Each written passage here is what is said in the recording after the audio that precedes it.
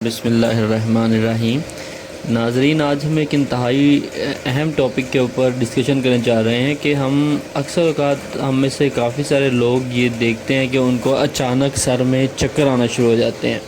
تو اس کی کافی ساری وجوہات ہو سکتی ہیں اور لوگ کئی گھبرا بھی جاتے ہیں اس کی وجہ سے۔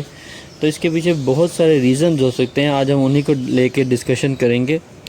سر چکرانے کے وقتی یا معمولی کیفیت سر کی طرف خون کے بہاؤ یا گردش میں کمی کے باعث ہوتی ہے۔ اس کی وجہ low blood pressure, low blood sugar, بھوک، پانی کی کمی، نیند، ادویات کا اثر، خون کی کمی، پیٹ کی خرابی، قبض، نظر کی کمزوری، موتیا اور پریشانی وغیرہ ہو سکتی ہے۔ سر چکرانے کی ایک کیفیت کو وارٹائگو کہلاتی ہے۔ وارٹائگو میں مریض کو ارد گرد کی چیزیں گھومتی ہوئی محسوس ہوتی ہیں، یا مریض کو اپنا وجود گھومتا ہوا محسوس ہوتا ہے، یا اپنے سر کے اندر اور سر گھومتا محسوس ہوتا ہے۔ وارٹائگو کے تقریباً 32% مریضوں میں کان کے اندرونی حصے ویسٹیبولر سسٹم کی کسی خرابی کا باعث سر چکرانے لگتا ہے۔ کان کا یہ حصہ نہ صرف سننے میں مدد دیتا ہے بلکہ جسم کا توازن بھی قائم رکھتا ہے۔ ایسے مریضوں میں سر چکرانے کے ساتھ قے، متلی، کانوں میں سیٹی یا گھنٹی کی آوازیں، سر اور کان میں درد بھی ہوتا ہے۔ یہ علامات 1 سے 2 منٹ تک رہتی ہیں۔ ایسے میں مریض گر بھی سکتا ہے، اور اس مریض کے علاج کے لیے ادویات کے ساتھ کان کی فزیو تھراپی بھی کی جاتی ہے۔ کان کے اس درمیانی حصے کی ایک خرابی مینر ڈیزیز کہلاتی ہے۔ سر چکرانے کی علامات 2 سے 24 گھنٹے تک رہتی ہیں۔ سر چکراتا ہے، کانوں میں آوازیں آتی ہیں، قے، متلی، پسینہ آتا ہے، آنکھوں کی پتلیاں ادھر سے ادھر تیز تیز حرکت کرتی ہیں، کھڑا یا چلتا مریض گر جاتا ہے۔ کان کے اس حصے میں پانی کی مقدار بڑھ جانے سے بھی یہ مرض ہوتا ہے۔ اس سے گلے، ناک، کان میں بار بار انفیکشن بھی رہتا ہے۔ بعض افراد میں پیدائشی طور پر کھوپڑی کی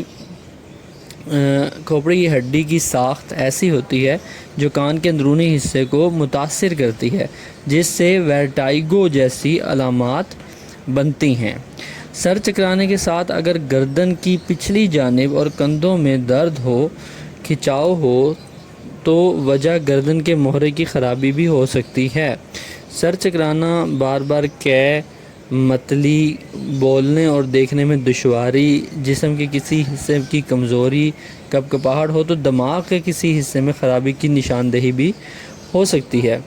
تو ناظرین، یہ بہت سینسٹیو ایشو ہوتا ہے سر چکرانا، اس کو ہمیں ایزی نہیں لینا چاہیے۔ اگر ہمارا مسلسل سر چکرا رہا ہے تو ہمیں لازماً کسی اچھے ڈاکٹر سے ملنا چاہیے، تاکہ وہ ہمیں مزید جو وجوہات میں نے بتائی ہیں اس کو مزید وہ ایگزامائن کر کے ہمیں بتائے کہ یہ کون سی پرابلم ہمارا کون سا ایشو ہے، تاکہ ہمیں کسی بڑی خرابی سے بچ سکیں، کیونکہ جو انسانی دماغ ہے یا سر ہے یہ بہت اہمیت کا حامل ہے۔ آپ اگر کوئی ڈرائیو کرتے ہیں یا روزمرہ چلتے پھرتے ہیں کاموں میں بھی آپ کی دشواری پیدا ہو جاتی ہے۔ اگر آپ کا یہ بیماری بڑھ جائے تو آپ خدا نخواستہ اپنے کام صحیح طور پہ سر انجام دینے سے قاصر ہو سکتے ہیں۔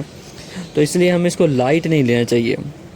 خصوصاً جو کان کا چیک اپ ہے یہ بھی ہمیں 2-3 سال میں 2 دفعہ یا 1 دفعہ تو سال میں لازمی کروانا چاہیے۔ جس طرح میں نے آپ کو بتایا کہ کان کا جو درمیانی حصے میں جو خرابی ہو جاتی ہے جس کو مینرز ڈیزیز کہتے ہیں، تو مینرز ڈیزیز میں بھی سر چکراتا ہے، اور سر چکرانے کی علامات مینر ڈیزیز میں جو کان کے درمیانی حصے میں جو خرابی ہوتی ہے جس کو مینر ڈیزیز کہتے ہیں، اس میں اگر آپ کو وہ ہو جائے تو وہ 2 گھنٹے سے 24 گھنٹے تک بھی رہتی ہے، اور اگر زیادہ وہ ہو جائے تو اس میں آپ کے کان کا سننے کا عمل بھی متاثر ہو سکتا ہے۔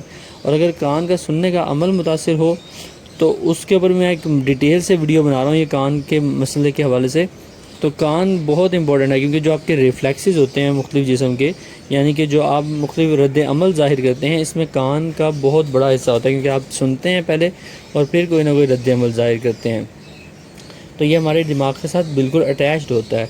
تو کان کی صحت پہ خاص توجہ دینی چاہیے اور حفاظت بھی کان کی کرنی چاہیے۔ کان کو بہت زیادہ جو ہم صاف کرتے ہیں اس سے